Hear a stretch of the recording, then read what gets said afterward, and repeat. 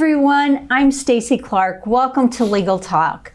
Today we're going to have a really interesting program. We've entitled it, Employees Know Your Workplace Rights. Our guests today include two distinguished attorneys. First, Kasturi Sen and Noah Cohen. Both are seasoned employment lawyers at the prestigious Center City law firm of Weir Greenblatt Pierce. Their clients include employees at all levels and positions in area businesses, from entry level to C-suite executives. And these folks can come from small mom and pop shops to international companies, and of course, companies throughout the U.S. Both lawyers have particular expertise in handling discrimination matters, harassment matters, violations of civil rights, and other workplace violations, which we'll talk about. And they both have significant experience representing clients in trials before judges and juries in Philadelphia. So we're very lucky to have them because the bottom line is they know the law and they've helped a great many men and women. So welcome here today. Let's learn some of our employee rights that we may not know about. So let's start off, folks, by talking about what's hot in employment law. What kinds of things are you seeing across your desk, Kasturi? Stacy, thank you first of all for having us. Really excited to be here. With COVID having done what it's done to the economy, people have lost their jobs en masse. So as you might imagine, we've seen a great uptick in folks trying to figure out what their rights are if they can sue their employers. As you might imagine, a lot of older workers have been let go by employers under the guise of pandemic-related rollbacks. And then brown and black workers, women, we all know they're the most vulnerable, the first on the chopping block. And the pandemic has affected their employment differently than it has white men. So discrimination lawsuits overall, I think we've seen a large uptick in clients coming to us trying to figure out what their rights are if they have a good case to proceed against their employers. And then there's also, certain more esoteric things we're seeing related to transitioning back to a non-remote workplace. Some employees who were promised that they would have a job that is only one day a week in person, or that will be completely remote. And now they're being told, we're looking at 3 days in person or 5 days in person. Well, what rights do they have, if any? So the pandemic certainly has raised some interesting questions in the field, and we're very busy trying to handle the onslaught of cases because of the downturn in the economy. Are there certain kinds of injustices that you're actually seeing across the workplace? Yes, we see all forms of injustice, and one of our jobs is to differentiate an injustice from illegal action. So somebody being treated unfairly isn't necessarily being treated illegally, but what we do, and this is one of the reasons I think it's important that employees contact an attorney, is to determine if the injustice they experience is illegal. Do employees always know when something's occurring to them that's unlawful?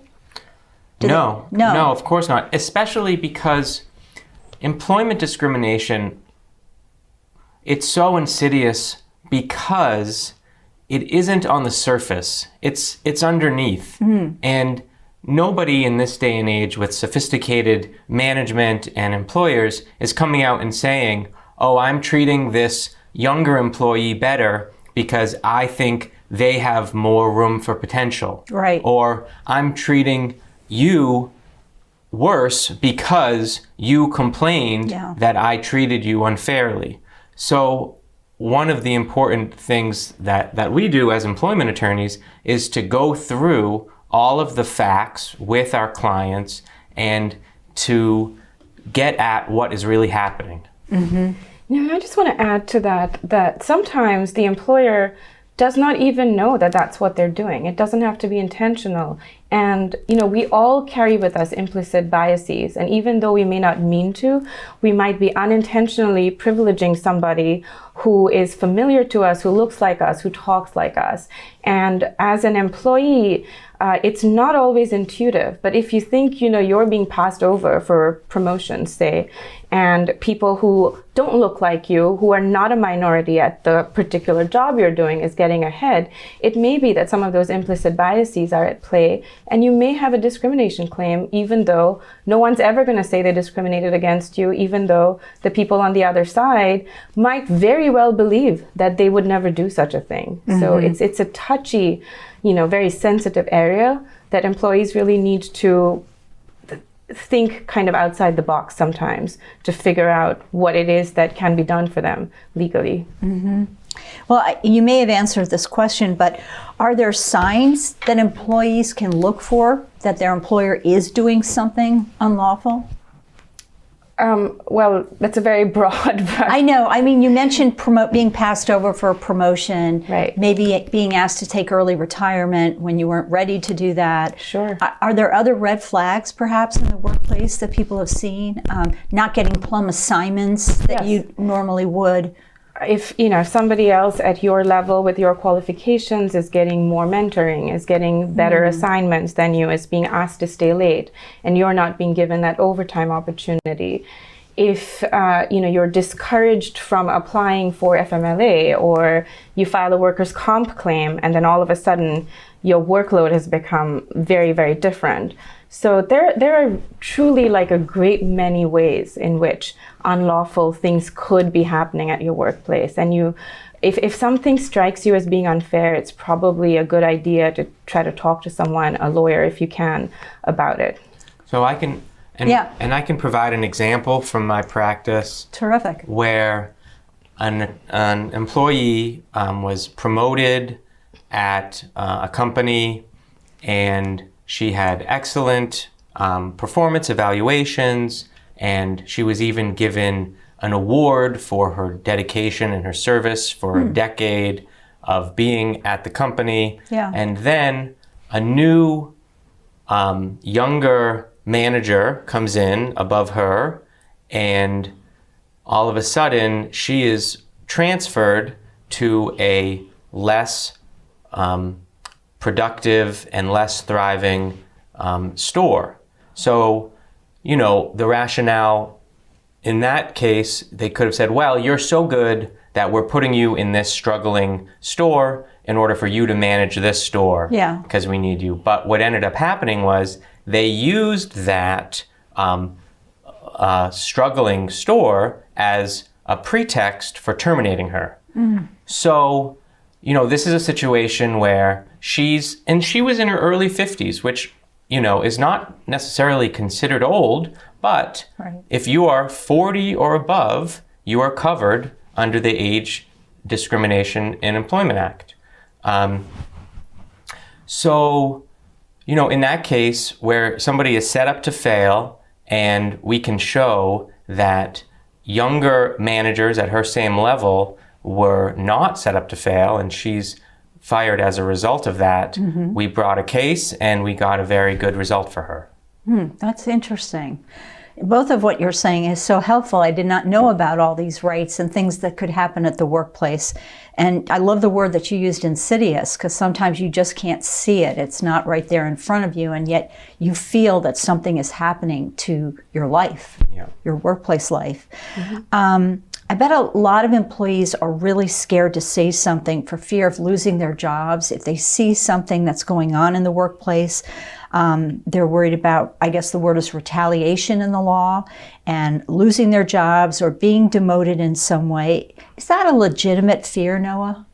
Very much so. And it's tricky. One of the things that we say in our practice is it's better to have a life than a lawsuit. And we really don't push our clients to bring a lawsuit because they're not easy. But sometimes you have to do it. And in the same way that sometimes you've got to stick up for, what you believe is happening in the workplace. So I'll give you an example. Okay. I had a client who her direct report was sexually harassed. It was on a Zoom call, and the other person on the call was not wearing any clothing, kind of reminiscent of the Jeffrey Toobin incident. Oh, right. So her direct report told her, this happened. So my client then, reported that pursuant to the employee handbook and did what she was supposed to do. Well, a couple months later, she's fired after an investigation. And, there is a risk of retaliation. Mm-hmm. Thankfully, we brought a suit on her behalf and were able to have her, fully compensated for her loss and for her damages. But so that's something that is a conversation. That's one of the reasons it's important to come to an attorney early to go through. Do I want to stand up for what's happening and risk retaliation? So it is a valid concern, definitely. Can I complain about my working conditions? I've been in office buildings that are so old that have some interesting 8-legged friends that I sometimes see on the floor, and I don't find that very pleasant, or I can't concentrate, I can't work at my level. Can I also talk to my manager about why I've not gotten a promotion? I mean, is there a limit on where I actually get into retaliatory territory, I guess you could say? Yeah, actually, you can complain about 8-legged friends. I think that's a reasonable condition to set forth to your employer. Hey, I'd like to work without being surrounded by 8-legged, 4-legged friends. Right. And the law says that the employer cannot retaliate against you because you said so. You're protesting a working condition. It's protected under the National Labor Relations Act. Now, we all know that not always does the employer follow the law, so you have to be prepared for the consequences. And if you are complaining, you want to be sure to do it in a very polite and professional way. But you should not feel afraid to complain about such basic things at the very least. You mentioned the employee handbook. I know that when I've had jobs, I've been handed a handbook. Sometimes it's a 3-ring binder. Usually it's over 90 pages or something like that. And I'm told, here's the employee handbook. It contains lots of rules and policies, I'm told, usually by the head of HR, who is ever handing it to me. Does an employee have to know what it says? Do I have to read it? Do the rights in the handbook mean that those are my rights? Talk about employee handbooks a little bit. Sure. So, we always ask for an employee handbook when we're going through a potential case with a client and looking at, whether we think we want to bring a lawsuit on their behalf. And that's a collaborative discussion.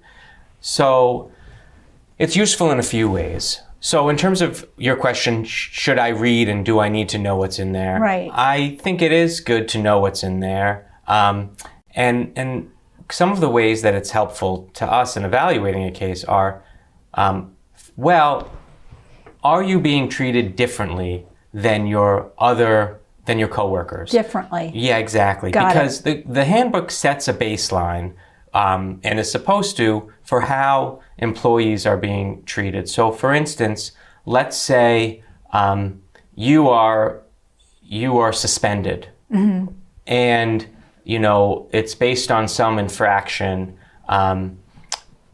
Maybe you were quote unquote insubordinate, right? Some kind of generic infraction such as that. Well, does the handbook dictate progressive discipline? Does the handbook say, well, first you're supposed to get a verbal warning and then you're supposed to get a written warning and then you're supposed to be suspended? Okay. Because if you're just suspended, then that's not following the handbook, and we can say, well, maybe it's because this manager doesn't like you for some reason and you're being treated differently, maybe because of your age or your sex or your race. And then the other way that the handbook can be useful is it can, under certain circumstances, create a contractual relationship between you and your employer, absent a contract. Right. So no that is signature, just handed a book and now I'm in an employment relationship. And yeah, it's kind of a gray area, but it can, under certain circumstances, create an obligation on the employer to, for instance, give you notice. Oh, on the employer. Okay. On the employer. Right. Yeah, to give you notice before maybe terminating your employment or something of that nature. So more rights as an employee will be spelled out in the handbook, and that's why I should take the time to read it. So let's switch gears a little bit. A lot of employees work over 40 hours a week, Kasturi. Can I get overtime, and if not, can I sue for it? It depends. Okay. If you are an exempt employee, then you're not eligible for overtime. And if you're not, then yes. And exempt employees are employees who are lawyers, accountants, certain kinds of professionals are exempt generally. Also, managers with a lot of discretion will often be exempt. And then everybody else is not exempt, and they are entitled to get time and a half if they are working over 40 hours in any given work week. So across any 7-day period, if you work more than 40 hours, you're absolutely entitled to time and a half pay, and you are absolutely entitled to sue for that and get reimbursed. In fact, you can, if you successfully bring suit and are awarded damages, you get twice the amount that you were entitled to if the employer failed to pay you for the time that you did over. Does an employee always know if they are exempt? Well, you would think so, but sometimes the employer will interpret the regulations governing who's exempt and who's not in a way that is advantageous to the employer, which, you know, no spoiler, but let's classify someone who's exempt who may not be. And then you get, lawsuits on that. And there's often a collective action lawsuit where a group of employees will say, we should not be exempt, and now we need overtime pay. So, again, very interesting. I hope everyone's taking notes here. Are you entitled to overtime or not?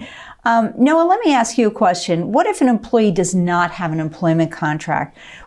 Can he still sue his employer without a contract being in place? Yes, very much so. That's why we have both state and federal statutes to protect employees from discrimination. Okay. So, absent a contract, you still have those rights. You know, in Pennsylvania, the main employment statute is the Pennsylvania Human Relations Act. Right. And then there are a lot of federal statutes also. And yes, so the answer is yes. Okay, that's great. Okay, so that opens up the possibility of being in the legal system to a lot more people. Just because you didn't sign a document, you may still have a case. Which kind of brings me to my next question, Kasturi.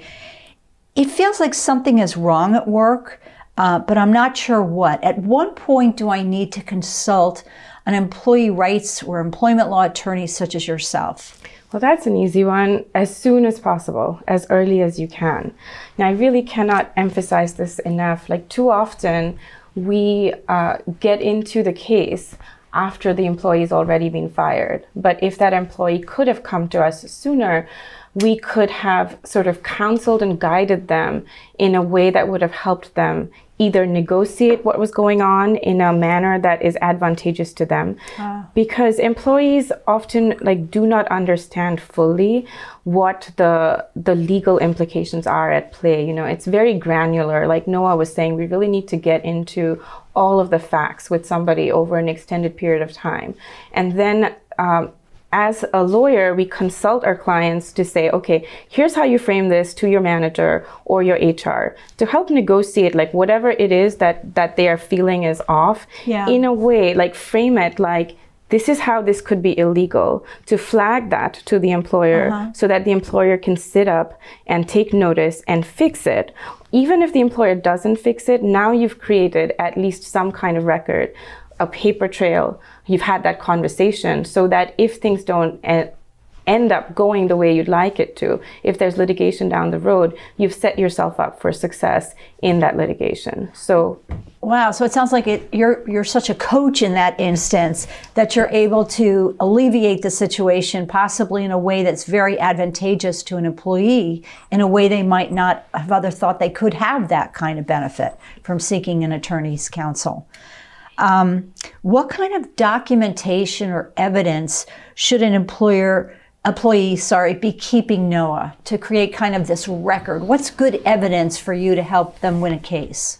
Well, like Kasturi was just saying, it's helpful to document your conversations with your manager, and if you feel something is being done to you or to someone else and you're sticking up for them, well, put it in writing.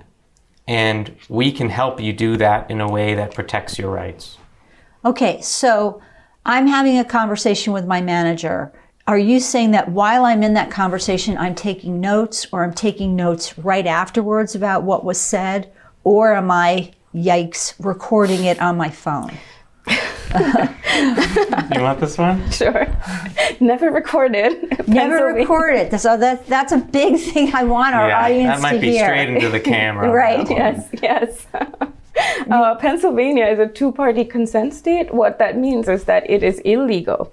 It is illegal. You're actually committing a crime if you are recording a conversation with your manager without seeking the manager's consent ahead of time. So please don't do that. So even if I said, I'm going to record this, is that okay with you? No, that's different. Okay. If you say that and the manager's okay with that, then go ahead by all means. Mm-hmm. Now, a lot of our clients are very hesitant to say, I'm going to press this button and now let's talk, right? Yeah. So if you feel like you're in a place that you can do that, go right ahead. Mm-hmm. But if you don't think you can do that, don't secretly hit the play button when you're talking. Because you're committing a crime. I just want to emphasize that. But what you can do is, the minute the meeting's over, is go outside and take copious notes of what was said to you. Right. I was coming to that. Whether you take it right after, or you can ask the manager, is it okay if I take notes? Because often the manager is taking notes. Yeah. So you could jot down a few things that will help you collect your thoughts later, just be that hook afterwards. But you should absolutely write it all down, because you know your manager's writing it all down. So you want to create a parallel trail of a document trail where you are telling your story from your point of view. Right. So that if there's litigation down the road, there's two competing narratives on what happened. Otherwise, you're getting your employer to drive the narrative. So does it matter if I'm writing it down on my computer or typing it into a computer, or if I'm just longhand? I mean, any kind of documentation? Well, maybe don't type it into your employer's computer, but other than that, that's no. a big point right there. So don't use your email from work to write your notes about what your employer just said. So if there's an internal investigation, as I know there is often in many companies right now, and if I'm an employee and I'm asked to be interviewed for this, and I'm called to the Human Resources Department, can I have my lawyer with me, Kasturi, and should I? So generally speaking, the Human Resource Department is going to say no. They don't always have to. I, for instance, am accompanying one of my clients to one such internal investigation next week. But by and large, they say no. So HR says no. Yes. Can I say, tough, I want to bring my lawyer? No, you actually can't. And you do have a duty to cooperate with HR investigations as long as you're employed by the company. So, and well, if you are a union employee, bring your union rep by all means. And that is almost always allowed. But since most of our clients are non-unionized and don't have a collective bargaining agreement in place, the answer is generally no. And then you go in by yourself and just take a contemporaneous, make a contemporaneous record, either right after or jot down things as you're going along.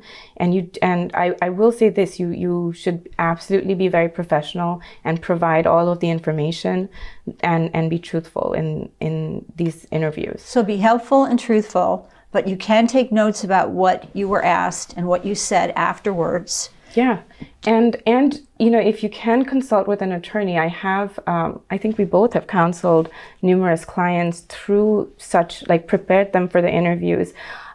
Sometimes, depending on who the employer is, the employee can also just write up things about what their situation is, have their lawyer look at it, and then say, hey, I would just like to give you this as my version of things in case we miss something in the interview, and then proceed with the interview. So then you've gotten your side in, and then you're having that back and forth with the HR. Wow, so we've covered a lot today. We've learned about a lot of areas where I, as an employee of a business that has, 4 employees or more under the law, can have all of these rights examined.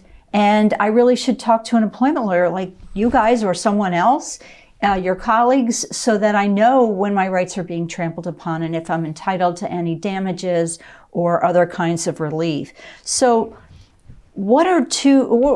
that's my version of what I heard today. What are 2 takeaways that you guys want the audience to have from this? So one thing I think it's helpful to know is that seek guidance from an attorney. Yeah. I might be biased as an attorney myself, right. But I think it's important, if you feel you might be sick or you have the flu or something, you go to the hospital and seek counsel from a professional. And I think the same is true. People's jobs is such a big part of their life. And if you're being treated unfairly, it's important to try to get help with that. Mm-hmm. So that's what we're here for. Okay, 1 takeaway, we've got it. What would be our second takeaway? I think the second sort of most important thing from, your workplace life is that if you're being treated unfairly, if you are being discriminated against illegally, it very often will not be something that you can easily put words to in this day and age. No one's going to tell you, hey, I'm not promoting you because you're Black. Like, that's never going to happen. Right. So don't be discouraged if you think something is off and you can't quite couch it in an easy, gift-wrapped thing that is all bowed up. Yeah. Come talk to somebody, because we might be able to dig deeper and look at what is happening in terms of the numbers, who's getting ahead, who's not, who's getting opportunities, who's not. You might have a case. So. That's so helpful. I want to thank you both. And most importantly, I want to let people know how they can ask you questions and reach out and be in contact with you. The law firm Weir Greenblatt Pierce has a website, and we're showing it now on the screen, along with Kasturi and Noah's contact information. And I encourage you, if you have any questions about any of the things raised in this program today or more, please do get in touch with them. I've had a delightful half hour being with you both. I look forward to speaking with everyone again soon. We have upcoming guests on immigration law and on elder and estate law, which is a very hot topic right now, is what kind of rights the elderly in our lives have and how they might be being trampled on and what kind of protection they need. So stay in touch with the station, watch the schedule, and we'll be back with more legal talk. Thanks.